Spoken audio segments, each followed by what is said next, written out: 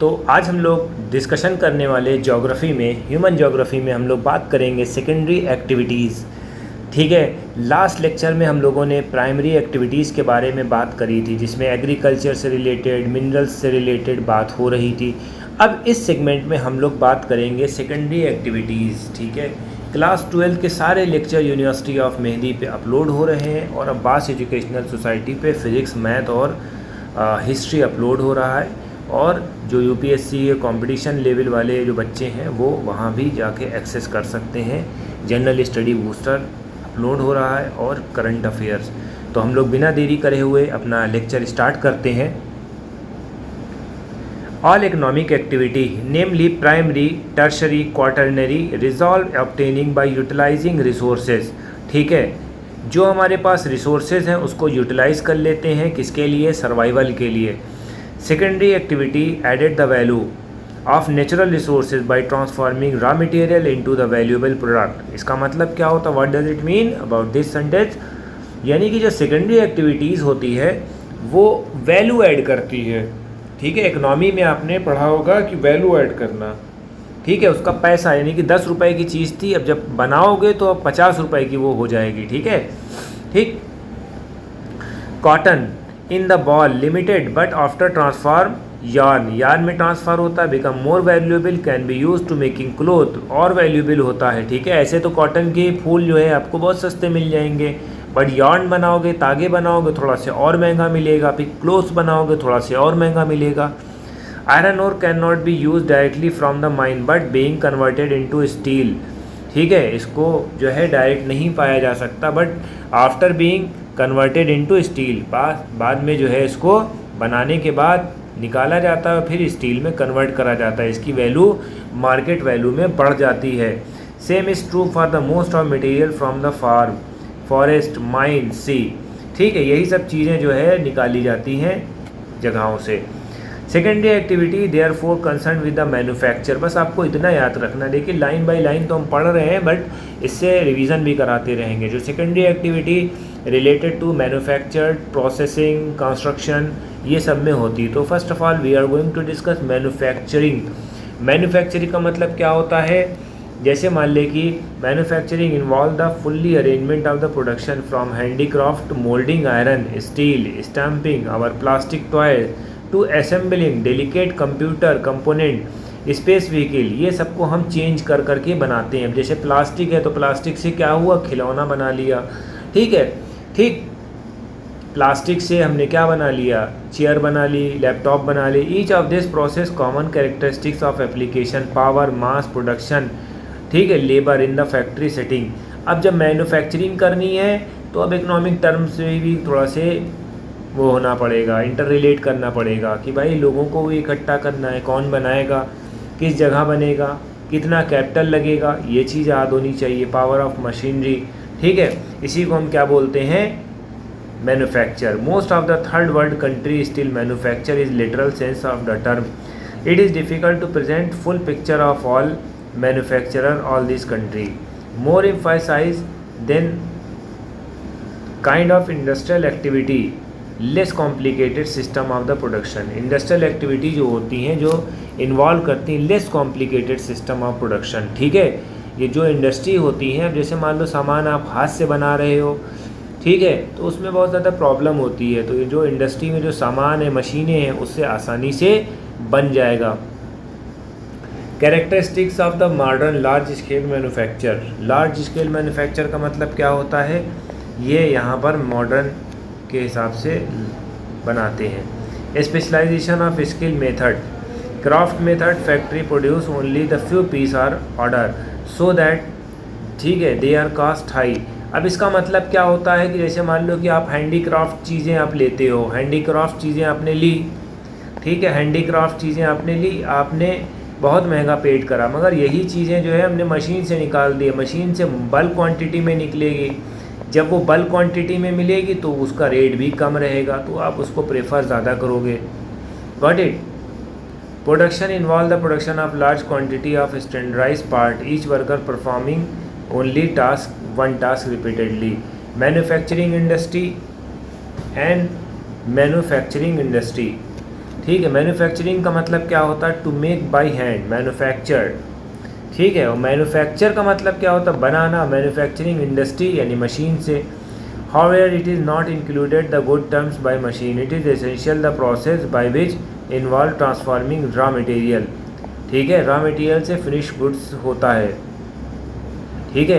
Conceptually it is industry is a geographically located manufacturing unit maintaining books of account record under the management system. ये सब भी आपको बनाना पड़ता है, ठीक है।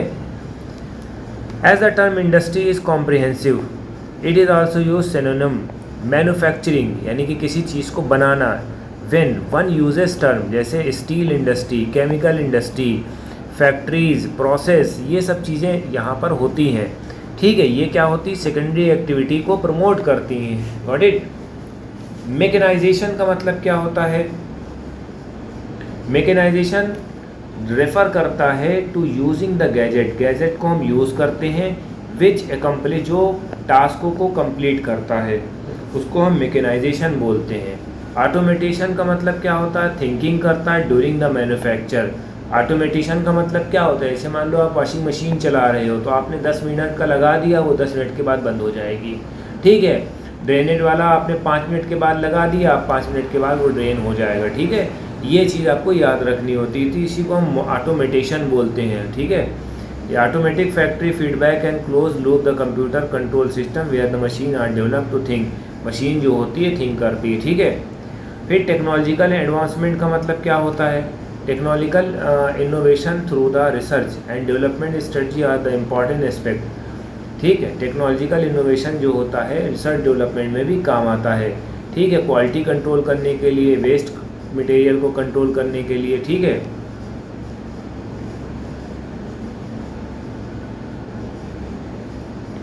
Organisational structure and stratification, complex machine technology होती है, वास्ट कैपिटल होना चाहिए, लार्ज ऑर्गेनाइजेशन होना चाहिए, एक्सेसिव एग्जीक्यूटिव ब्यूरोक्रेसी होना चाहिए, ठीक है। तो ये चीज़ आपको याद रखनी होनी, ठीक। Uneven geographical distribution, uneven geographical distribution का मतलब क्या होता है? More major concentration of modern manufacture flourish few number of places. देखिए जो कंपनियां होती हैं वो फ्यू नंबर ऑफ प्लेसेस पे होती हैं, ठीक है। This is over the less than 10% of the world land area, 10% ज़मीन का एरिया है। द नेशन है become the centre of economic and political power, कुछ पावर जो है, कुछ जो है कंट्री जो होती हैं पॉलिटिकल और इकोनॉमिक पावर है। In the term of the total area covered manufacturing site are less conspicuous, ठीक है, concentrated much smaller area of agriculture due to intensity of the process, ठीक है। कुछ एरिया जो होता है एग्रीकल्चर ले जाता है, कुछ एरिया जो है मैन्युफैक्चर साइट जो होती बहुत ज़्यादा कम होती, कॉन्स्पाइशियस कम होती है, तो इस वजह से बहुत ज़्यादा इश्यूज़ आते हैं इसमें। For example 2.5 square kilometre of American corn belt usually included the 4 large farm 10 to 20 worker supporting 550 to 100 worker, but the same area could contain several large integrated factory employ 1000 of worker। यही इतने में 1000 of worker, अब इसमें 500 worker थे इसी ज़मीन में, इतने पीस ऑफ लैंड में 500 थे और इतने ही पीस ऑफ लैंड में 1000 ऑफ वर्कर थे, तो यहाँ पर ये भी चीज़ हो जाती है।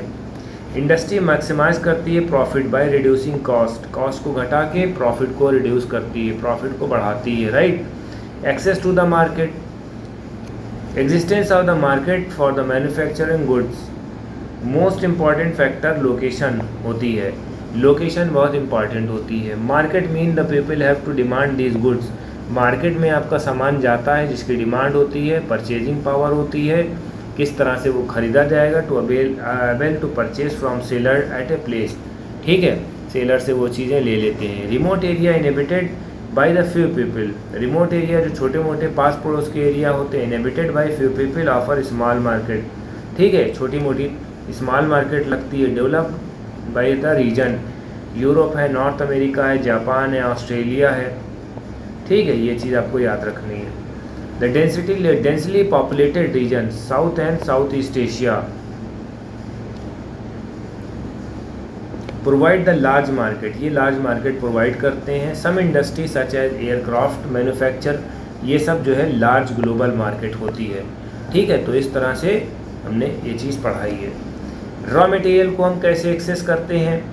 Raw material use by industry should be cheap and easy to transport. Raw material हमें ऐसी जगह से ख़रीदना है जहाँ पर ट्रांसपोर्टेशन आसान हो। ये नहीं कि रॉ मटेरियल ख़रीदने में लाखों करोड़ों लग गए, ठीक है, तो ये चीज़ आपको देखनी पड़ेगी। इंडस्ट्री बेस्ड ऑन चीप बल्कि weight losing material located the close to the source से क्लोज होती है, सच एज स्टील है, शुगर केन है, ठीक है, सीमेंट इंडस्ट्री है। Perishability of vital factor, perishability का मतलब क्या होता है? अब एग्रो प्रोसेसिंग वाले हैं उनको पास पड़ोस में ही रखा जाता है कि पता चला कि आलू है, आलू पंजाब में होगा, पता चला कि आप मुंबई पहुंचाने चले, पता चला कि 2 दिन में आलू साढ़े जो आलू जो है सब सड़ गए, ठीक है, सारे आलू जो है सड़ गए, सॉरी फॉर, ठीक। डेयरी प्रोडक्ट है उसको जल्दी जल्दी पहुंचाना होता है, तो near by object, near by जो डिस्टेंट प्लेसेस होते हैं वहाँ पर हमें देना होता है उसको, ठीक है, ये चीज़ आपको याद रखनी होगी। लेबर सप्लाई का मतलब क्या होता है? Labour supply is important factor location of industry. जो इंडस्ट्री की लोकेशन होती है वहाँ से पास पड़ोस से लेबर हमें मिल जाते हैं, तो चीप लेबर होते हैं, स्किल्ड लेबर होते हैं, तो वो काम करने में मैकेनिज्म में बढ़ावा देते हैं, ठीक है। तो आज का लेक्चर हमारा यहाँ पर ख़त्म होता है, बाकी लेक्चर को हम नेक्स्ट पॉइंट में ख़त्म करेंगे। कोशिश यही है कि हम लेक्चर को बड़ा करें ताकि हम एक चैप्टर एक दिन में ख़त्म कर दें, या एक चैप्टर को 2 टाइम्स में ख़त्म कर दें। कोशिश यही हमारी रहेगी। हमारी वीडियो को ज़्यादा से ज़्यादा कमेंट करें, शेयर करें, लाइक करें। Thank you.